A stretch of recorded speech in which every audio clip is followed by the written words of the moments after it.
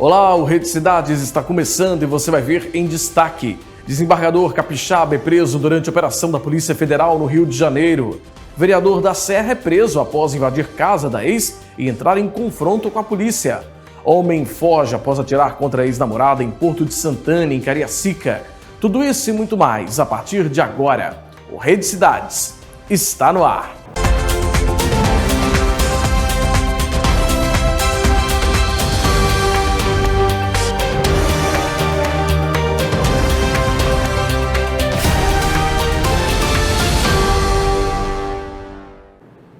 Muito bem, nós estamos no ar pela Rede TV Espírito Santo e também pelo nosso portal esemrede.com.br.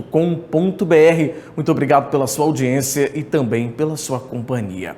Um vereador do município da Serra foi preso após invadir a casa da ex-namorada e entrar em confronto com a polícia durante uma confusão. O vereador Marlon Fred Oliveira Matos, de 41 anos, foi preso em flagrante na madrugada desta segunda-feira, após invadir a casa da ex-namorada no bairro Alterrosas e se envolver em agressões, ameaças e resistência à prisão. Segundo a Polícia Militar, ele não aceitava o fim do relacionamento e teria agredido o atual companheiro da mulher. A PM foi acionada por familiares que relataram que o parlamentar pulou o muro do imóvel, fez ameaças e causou tumulto. Durante a abordagem, Marlon se recusou a deixar o local, ameaçou policiais e resistiu à prisão, chegando a ferir um soldado no olho, sendo necessário o uso de arma de eletrochoque. Mesmo após a prisão, o vereador continuou fazendo ameaças. Familiares disseram viver sob coação e temer pela própria segurança. A Polícia Civil informou que ele foi autuado por resistência, desacato e lesão corporal contra agente público e será encaminhado ao sistema prisional. Bom, e um homem fugiu após atirar na direção da ex-namorada no bairro Porto de Santana, em Cariacica. Durante a ação, o primo da mulher foi atingido de raspão. A confusão teria começado quando a vítima, de 25 anos, foi buscar o filho na casa do pai da criança. Segundo a Polícia Civil, o desentendimento teve início entre a mulher e a atual companheira do suspeito. O pai da criança chegou em seguida e tentou convencer a ex a entrar na residência, mas ela recusou. Ainda de acordo com a polícia, o homem entrou na residência e deixou as duas mulheres discutindo do lado de fora. Foi nesse momento que a discussão, que até então era verbal, evoluiu para a agressão física. Ao presenciar as agressões, o suspeito saiu da casa armado e efetuou disparos em direção à ex-companheira, que foi atingida pelas costas por estilhaços. Um primo da vítima, que estava acompanhando até o local, também se feriu de raspão. Após os disparos, o homem fugiu. A Polícia Civil informou que ele já possuía registro por violação de medida protetiva em favor da ex-companheira. Em Cachoeiro de Itapemirim, um jovem de 24 anos morreu em um acidente depois de bater de frente com um carro que estava na contramão e era conduzido por um soldado da Polícia Militar. Thales Almeida Cunha estava na garupa de uma motocicleta que foi atingida por um carro que teria invadido a contramão. O piloto da moto sobreviveu e foi encaminhado para a Santa Casa do município. O carro era conduzido pelo soldado da Polícia Militar, Jonathan Carvalho Eduardo, de 22 anos, que permaneceu no local, mas se recusou a fazer o teste do bafômetro. Imagens de câmeras de segurança registraram o momento da colisão, ocorrida próximo ao Parque de Exposições. Segundo a Polícia Militar e a Polícia Civil, o soldado foi autuado em flagrante por homicídio culposo e lesão corporal culposa no trânsito e encaminhado ao presídio militar, onde permanece à disposição da Justiça. O corpo da vítima foi levado para a Seção Regional de Medicina Legal de Cachoeiro de Itapemirim. O desembargador capixaba Macário Júdice, que atua no Tribunal Regional Eleitoral da 2ª Região no Rio de Janeiro, foi preso durante uma operação da Polícia Federal. Todos os detalhes você encontra em nosso portal esemrede.com.br. E o Fernando Loss traz agora mais informações para a gente. É com você, Fernando. Olá, Fabiano, e olá para você que nos acompanha aí de casa. É isso aí, Fabiano. O desembargador Macário Júdice do Tribunal Regional Federal da 2ª Região foi preso na manhã desta terça-feira durante a Operação Unha e Carne 2, deflagrada no Rio de Janeiro e no Espírito Santo. A ação investiga o vazamento de informações sigilosas relacionadas a operações policiais envolvendo agentes públicos. De acordo com as investigações, Macário Júdice é relator do processo que envolve o ex-deputado estadual conhecido como TH Joias e teria relação com o vazamento de dados sobre uma ação policial.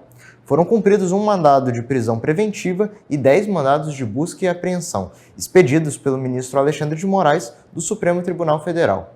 A Polícia Federal segue com as investigações para apurar a participação de outros envolvidos no esquema. E para nossa próxima notícia, uma operação foi deflagrada para responsabilizar integrantes de uma organização criminosa suspeita de invadir sistemas bancários e desviar recursos para contas particulares. Segundo a PF, moradores do Espírito Santo receberam cerca de R$ 4.500.000 provenientes das fraudes. As investigações começaram após instituições financeiras identificarem transferências irregulares realizadas em agosto de 2024. Os valores teriam sido pulverizados em diversas contas de terceiros, em diferentes estados do país. Os investigados podem responder por lavagem de dinheiro e associação criminosa, com penas que podem chegar a 13 anos de prisão. E para encerrar o nosso giro de hoje, um homem morreu após ser atropelado por um ônibus do Sistema Transcol na manhã desta terça-feira em Vila Velha. O acidente aconteceu por volta das 6h30 da manhã, na Avenida Carlos Lindenberg, na altura do bairro Ataíde. Segundo testemunhas, a vítima foi atingida por um coletivo da linha 514, que seguia do terminal do Ibis para o terminal de Vila Velha. O homem teria tentado atravessar a via em um ponto onde não há mais faixa de pedestres após alterações na sinalização por questões de segurança.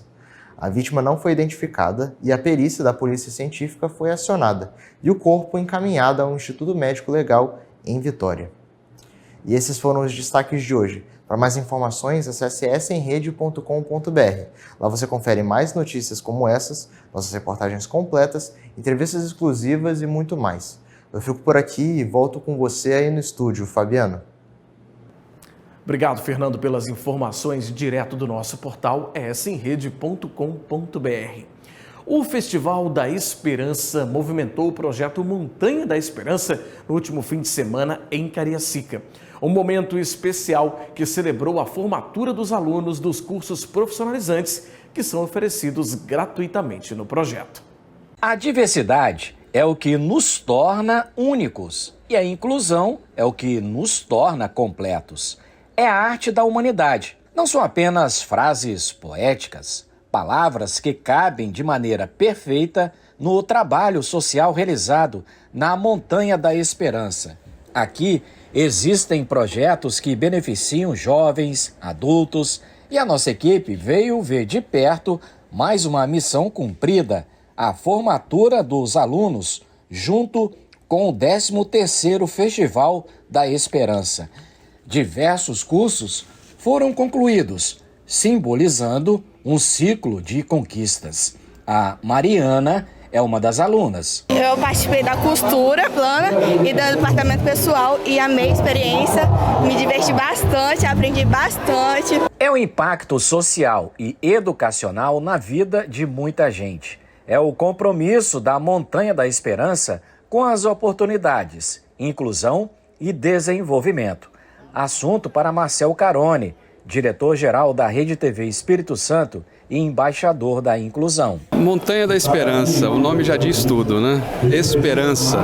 Esperança que vem através dos cursos profissionalizantes, esperança que vem através de emprego, de renda, esperança que vem através de dispensas em casa com comida, Jorge, com dignidade, com cidadania, com autoestima. Esse lugar é um lugar tão completo no que diz respeito à transformação, a alcançar o ser humano e proporcionar transformação de vida. É com esse espírito, com esse olhar, com esse coração que nós vemos aqui hoje, dar um abraço no nosso amigo, no nosso irmão Lázaro, que é um sacerdote. Isso aqui é um sacerdócio, né, irmão? O vereador de Cariacica, Dr. Fernando Santório, esteve no evento. O pai dele ajudou a conseguir o terreno para a construção da Montanha da Esperança, que fica em Cariacica sede. Para mim é sempre muito emocionante estar aqui, porque sempre vem essa história na nossa mente. Aqui inicialmente estava previsto para ser um presídio e graças a uma articulação que o meu pai participou de maneira importante e fundamental, o terreno foi cedido pelo governo do estado para que seja construído um Montanha da Esperança, essa instituição que leva cursos profissionalizantes, que leva o principal programa social, que é o emprego. 250 alunos se formaram. É a sociedade também participando de forma direta, apoiando, dando força cada vez mais para o projeto. Nós estamos fazendo o nosso papel de incentivar, trazer a população junto com a gente para abraçar essa causa, que é muito importante. Com a presença das famílias, amigos, a formatura e o Festival da Esperança, receberam o carinho, o apoio mais do que merecido. Lázaro, que é o gestor da Montanha da Esperança, destaca as parcerias consolidadas. Empresas que acreditam na transformação de vidas, né?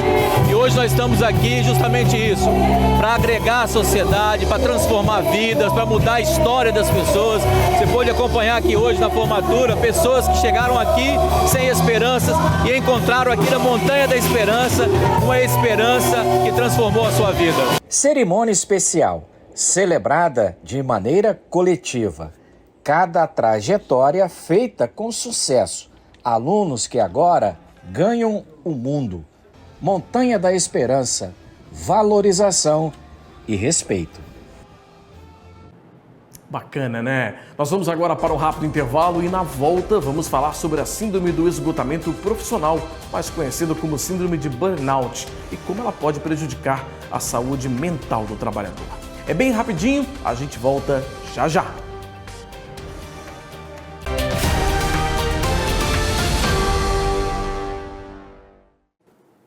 Muito bem, estamos de volta com Rede Cidades. Hoje no programa a gente fala sobre uma síndrome que tem atingido muitas pessoas no mundo inteiro. É atrapalhada a qualidade de vida e também a desenvoltura desses profissionais no ambiente de trabalho, que é a síndrome de burnout. Síndrome do esgotamento profissional, né? Para entender um pouco melhor sobre essa síndrome, o que causa e o que pode ser feito também para tratar e evitar, né, esse tipo de transtorno psicológico. A gente recebe aqui no estúdio, aliás, a psicóloga Elaine Belo Bonorino. Elaine, seja muito bem-vinda. Muito obrigada, Fabiano. Sempre é um prazer enorme estar aqui contigo, podendo bater no papo e podendo trazer informações para poder ajudar, né, nesse processo. Pois né? É sempre um prazer grande recebê-la aqui, Elaine, porque a gente sempre fala que é uma ajuda, a gente presta um serviço para a população, claro, né? Trazendo informações que vão ajudá-la também até mesmo a diagnosticar possivelmente um transtorno como esse, não é verdade? Sim. Vamos explicar o que é a síndrome de burnout? É o esgotamento no ambiente de trabalho? É uma exaustação, a pessoa fica exausta em todos os sentidos, emocional, espiritual, né, no trabalho, mas claro que quando a gente fala da síndrome, porque não é uma doença, mas quando a gente pensa em uma síndrome é um conjunto de sinais e sintomas. Se nós pensamos que é a síndrome de esgotamento profissional tem envolvimento com a profissão, com o trabalho. Então nós temos que ter cuidado de saber explicar como que é realmente a diferença do estresse, por exemplo, comum, né, a uma síndrome como o burnout. Né? Entendi. Por quê? Porque o burnout sempre está relacionado ao trabalho. Sempre é o esgotamento com relação ao trabalho. Ou seja, então pode confundir, por exemplo, uma crise de ansiedade, as pessoas podem achar que aquilo é um burnout, e às vezes não está ligado ao trabalho, então não é um burnout. Se não está ligado ao trabalho, não. Né? Mas que também tem que levar a sério, porque se a pessoa tem uma crise de ansiedade ou qualquer outro sintoma que faça a pessoa doer, que faça sofrer, então tem que levar a sério e investigar. Claro. E dentro dessa investigação nós vamos ver se é algo relacionado ao trabalho ou se é algo relacionado a um outro aspecto da vida. Porque uma das coisas que a gente percebe é que o burnout impacta em todas as áreas. As pessoas, as empresas e até as políticas públicas. Porque as políticas públicas também têm que se atualizar com as novas leis, com os novos trabalhos. Antigamente não se tinha, talvez, um número de exigência, né, que se tem hoje de apresentar, né, a um empresário, ao trabalho, números, de repente, que são até inumanos, né, dependendo do nível de cobrança que essa empresa estiver tendo. Entendi. E uma das coisas que eu falo também é de que nós temos que ter muito cuidado de não revitimizar a pessoa que está vivendo o burnout. Por quê? Porque muitas vezes, conforme o que a gente está falando, por exemplo, a pessoa que não aprendeu a dizer não, a pessoa que tem que mostrar trabalho e que se exige ser perfeito em tudo, porque uma pessoa que se exige ser perfeita é uma cobrança inumana, até porque não existe humano que seja perfeito. Claro. Então, a pessoa que busca, sim, se qualificar, ser o melhor profissional, ok. O problema é quando foge da humanidade, quando há algo impossível de se realizar. Então, nós temos que ter esse cuidado. Quando eu te falo que impacta todos os setores, né? E por isso que é importante avaliar e ter o cuidado de não revitimizar, porque a pessoa tem que entender de que, sim, ela não conseguiu dar conta, talvez até porque gosta muito do que ele faz, né? Eu mesma, eu adoro o que eu faço. E meu trabalho, eu não importo de trabalhar até tarde, mas eu respeito e sei que eu preciso cuidar da minha vida emocional, da minha vida física. Então, eu tenho minhas atividades físicas para cuidar da minha alimentação e da capacidade de dizer não. Mas já me peguei quase ali, quando, por exemplo, me pedem para fazer uma palestra, como aconteceu agora no último ano que fomos para o Rio de Janeiro, com uma equipe que eu tenho para fazer palestras nas empresas. Sim. Chegando lá, pegamos primeiro, saí do consultório, peguei um avião, chegando lá, um carro para ir até o lugar do Rio de Janeiro, 1h30 de carro. Quando chegamos lá, começou a palestra. Claro que eu cheguei cansada. Então, eu pensei assim, bom, eu não posso ser incoerente.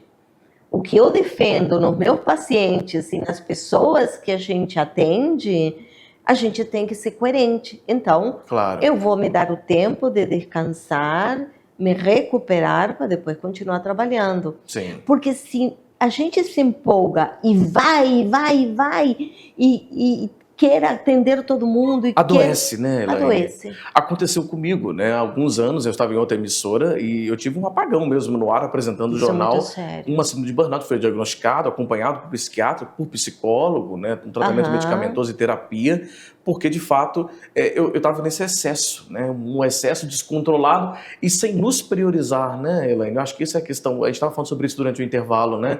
Quando a gente se prioriza, quando a gente se coloca em primeiro plano, cuidar da nossa saúde primeiro, lógico, também dar conta do trabalho, mas é importante você colocar você também como centro da sua vida, não é verdade? Sim, é verdade. Então é isso, né? É se priorizar. Se priorizar. Entender de que somos humanos e que temos que cuidar o todo, corpo, mente, alma e espírito. Então, quando a gente consegue ter o equilíbrio entre todas as instâncias, a gente vai poder desenvolver melhor o nosso trabalho, né? E aí entra aquela questão das exigências, né? Eu preciso ser perfeito para ser amado? Eu preciso ser dessa maneira de não me priorizar para poder ser visto? Isso vai adoecer. E aí nós temos que também pensar numa outra questão muito importante, que tem os dois lados. Tem o funcionário, o empregado, e tem o empregador, né? E isso não tem a ver com buscar culpados, mas entender que existem responsabilidades. Porque se eu tenho um empregador que tem um nível de exigência absurda, onde é inumano a cobrança de alcançar os objetivos, né?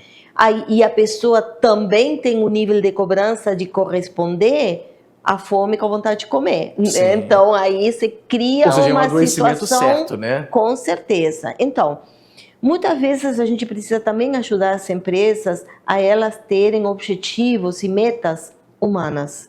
Sim. Eles têm todo o direito, sim, de querer crescer, evoluir, ganhar, mas de uma forma adequada. E para isso, eles vão ter que estudar a melhor forma. E nós temos que fazer essa adaptação. Esses dias eu estava falando isso com uma pessoa e lembrei que quando eu era criança, nos aviões se fumava. Olha que absurdo. Olha isso. Hoje é absurdo pensar que as pessoas fumavam. E eu lembrei, porque eu contava para ela, que numa das viagens, que a minha avó é argentina, então eu ia do Uruguai para a Argentina muito seguido de avião, e numa das viagens o avião entrou em pane. E aí então as pessoas ficavam nervosas e começaram a fumar. Imagina e só, era uma fumaça só, Imagina. Né? Hoje não é mais aceito não uma pode, coisa né? nem pode, né? Mas moralmente também não é aceito. Por quê? Porque se reeducaram, as pessoas entenderam que quando fuma também está contaminando o outro. E assim eu penso que vai acontecer nas empresas. Tem que haver uma reeducação, tem que haver um entendimento que tem que ter uma responsabilidade. Eu tive há muitos anos atrás um paciente que era um empresário. E ele entrou na terapia porque ele estava muito mal, né, com uma depressão profunda. E quando eu comecei a fazer a avaliação, eu vi que era uma síndrome de burnout. E aí ele falava assim, mas eu sou chefe de mim mesmo, né? Ninguém me cobra. E eu pensei, digo, sim, mas e seus clientes? Como é que te tratam teus clientes? E aí ele começou a se dar conta que tinha um número de clientes que cometiam assédio com ele. No nível de cobrança, no nível de tratamento. E aí ele começou a dizer, mas eu tenho o direito de escolher para quem eu quero trabalhar. Claro. E aí então ele teve que mudar e aprender a dizer não, né? Vou trabalhar com quem me respeita, vou trabalhar com quem realmente valoriza meu trabalho. Sim. Então, são decisões que não são fáceis, mas são necessárias. E é uma virada de chave isso, né, Elaine? Quando você consegue tomar essas decisões, ter essa iniciativa de saber escolher o que te faz bem, o que não te faz bem, isso muda a sua vida, não é? Com certeza, com certeza. Então, quando tu colocas de que tu tiveste uma experiência sofrida, porque eu posso imaginar o quanto tu sofreu te conhecendo, da forma que eu te conheço, que tu é uma pessoa super comprometida, que sempre quer dar o melhor.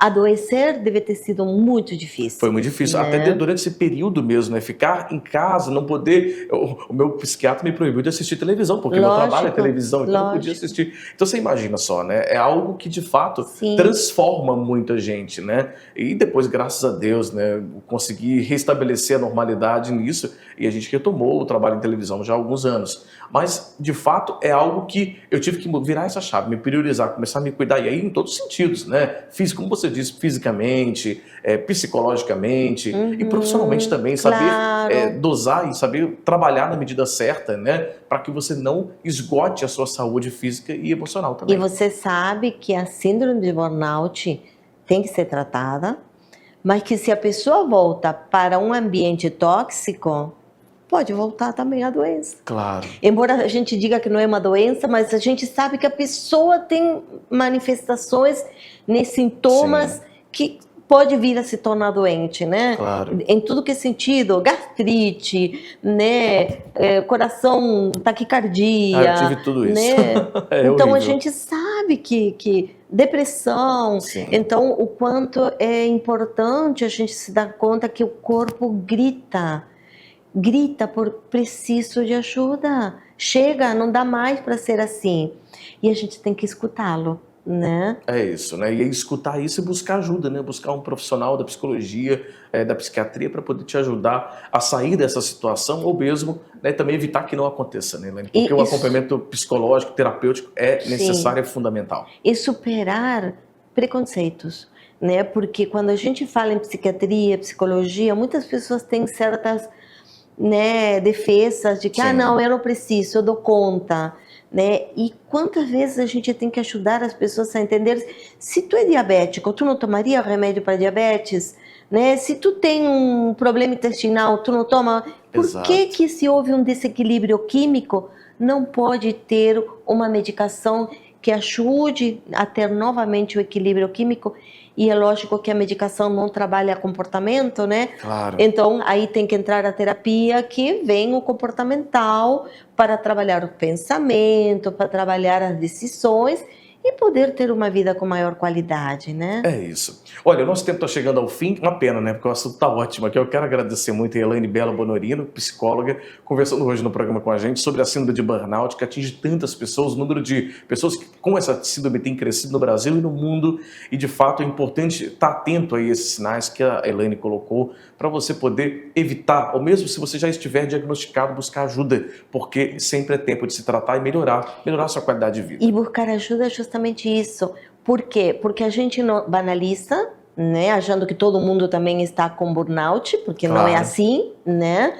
Então, pessoas podem estar com estresse, podem estar exaustos, podem estar cansados, que é diferente, né? Isso. E nem achar que não existe. E levando, empurrando com a barriga a vida, que aí quando se manifesta vai ser já estar grave, né? É isso, não pode ser nem um extremo nem outro, extremo, né? nem outro. É isso. Elaine, obrigado mais uma vez, foi um agradeço, prazer, viu? Tudo de bom. Obrigado. Bom, e o Rede Cidades de hoje termina aqui. Para você rever essa entrevista e também as reportagens de hoje, é só acessar saemrede.com.br. Um abraço, obrigado pela audiência e pela companhia. Até amanhã.